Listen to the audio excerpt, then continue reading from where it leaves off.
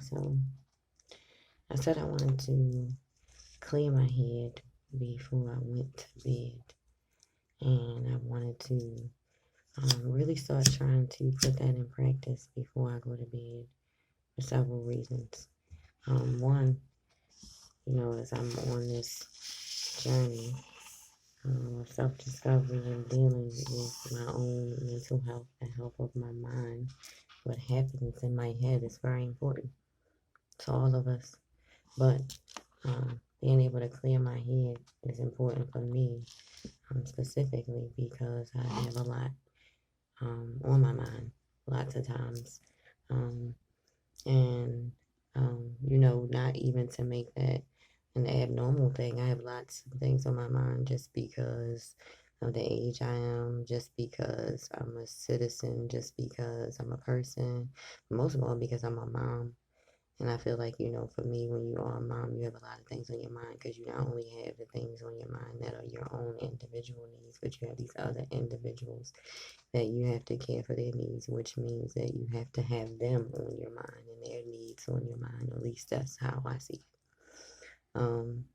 So, in an effort to clear my mind, feel like it's best to do that before I try to rest and go to bed at night. And just trying to put that in practice. One of the things it came to my mind that I wanted to clear my mind when I was in the tub tonight, just thinking about a lot of things.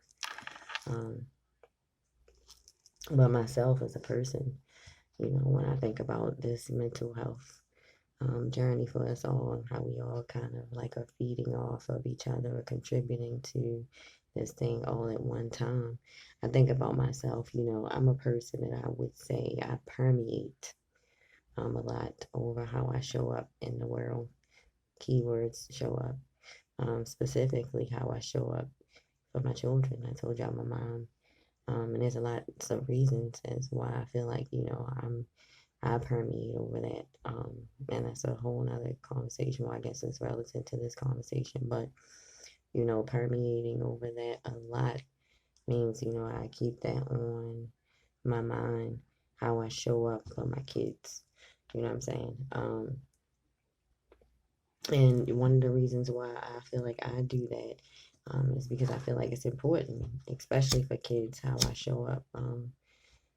How any of us show up for them is important to me. But, one of the things when I had to really reflect and think about when I said how we show up for kids is basically, how we are present with them, what we present to them, what we are doing with each other when we are with each other. Um, but just thinking about that, and all the time when I am present with my kids, it's not always the best. Even though I am mindful of it, I'm human, and not only am their mom, I am a woman and a person, which is something that I'm getting comfortable with and trying to help them get comfortable with as well. That's all a whole nother conversation to this whole self-discovery process as it pertains to the part about me being a mother, which is a big part of who I am. Um, but yeah, even when I don't always show up the best with my kids, I try to make sure that when I'm not showing up well, that I do have conversations with them about why I wasn't showing up well. I try to talk them through it. We talk about it. Um, and, I try to mend that with them and for them when those type of things do happen. But there are times when, I'm explosive around my kids, right? And so I think about, when we talk about mental health and how that may look to kids because of how you show up for them. And, they only see you one way. They only see you they see all of you, but, literally.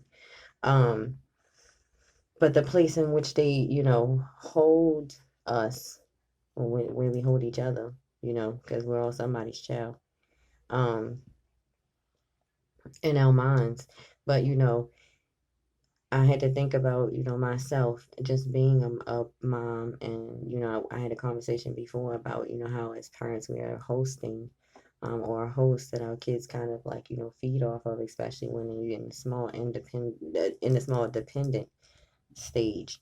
Um, but when I think about that and the fact that there are times, like I said before, when I'm around my children, right? And I use tonight as a prime example. I was around my children, and like I said, I try to show for them the best that I can.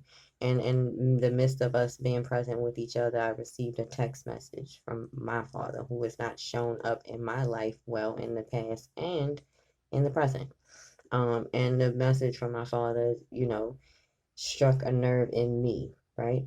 Because we do have feelings, even as moms, we have feelings, which I feel like sometimes we forget too. Even we do as the mom, which allows other people to forget.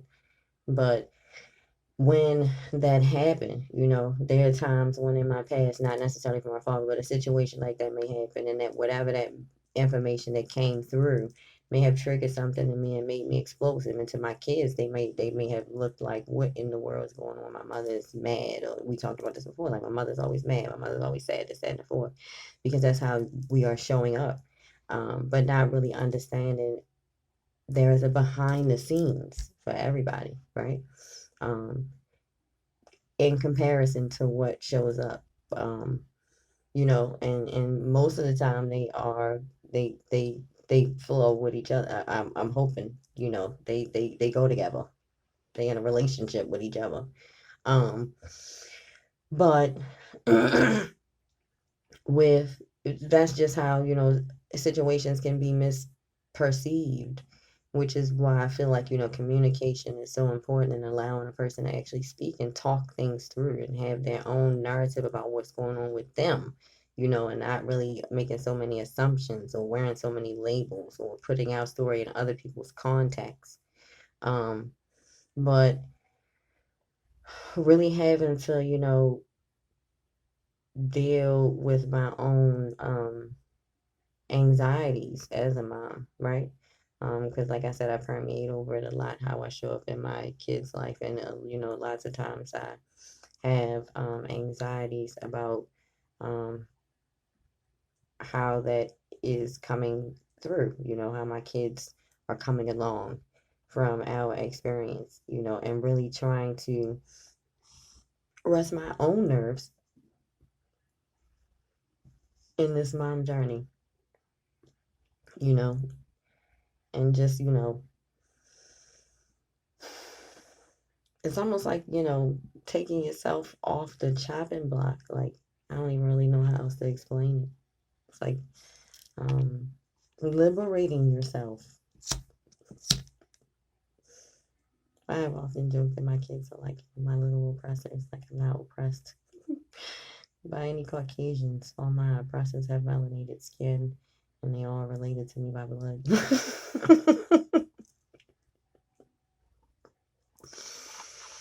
That's not funny. But I say that to say, I was thinking about the other day when I was in the nail shop yesterday, and I joked before I was going my way to acupuncture, and I was like rushing to relaxation. But yesterday I tried to, pamper myself, which is a new thing for me. Not really, not the nail part, but like, you know, I tried to go and groom myself yesterday, and I noticed, right, and this is not new, when I was sitting there in the nail place, the nail person had kept having to touch my hands to make me relax, and I had to think about, why that happens, and that happens to me a lot. I talk about the tension in my body, which is why I'm in acupuncture, but I had to really think about like why I do that, like why am I always so tense? But it's like, I always feel like I'm pressed for time. And I really feel like for me, that narrative started when I had kids, and it just never really stopped, even though my oldest child is 27, about to be 28. She's been a long time not been a baby. But, I still am like pressed for time. I feel like, I'm on, like when you have a baby, you feel like you're on a baby's clock. I never really came off of that, right? I feel like I'm always on somebody else's clock. And the clock for me is not a supervisor. It's not, a Caucasian man's clock. My clock is connected to my kids. They clock me like crazy, fam. Like, and that's a whole nother thing between between us, and I kind we that didn't just come out of nowhere. That was, that was created. That was, definitely that's been created over time, that everybody kind of we just that's just the way it is, right? But I really had to like put a pause on that and be like, yo, like you gotta stop that. Just because of simple fact, like your oldest kid is 27, about to be 28. You've been doing this for a long time. Nobody's dead. You ain't break nothing yet. So you can chill just a little bit, right? You don't have any little babies. You should be able to be in the nail salon and get your nails done and relax and not have this narrative going in your head about who needs something or what, what's the next task on your list. And just really working my way through that as I'm trying to find some peace of mind all the time. But yeah. And that's just how it is for me. And I want to be able to say so. That's my reality that I'm doing. I want to have anxiety about my reality, right? Feel anxious or feeling anxious about it because you feel like, so many reasons we have anxiety. It's late. I'm not going to go no further. But I just did need to clean that off my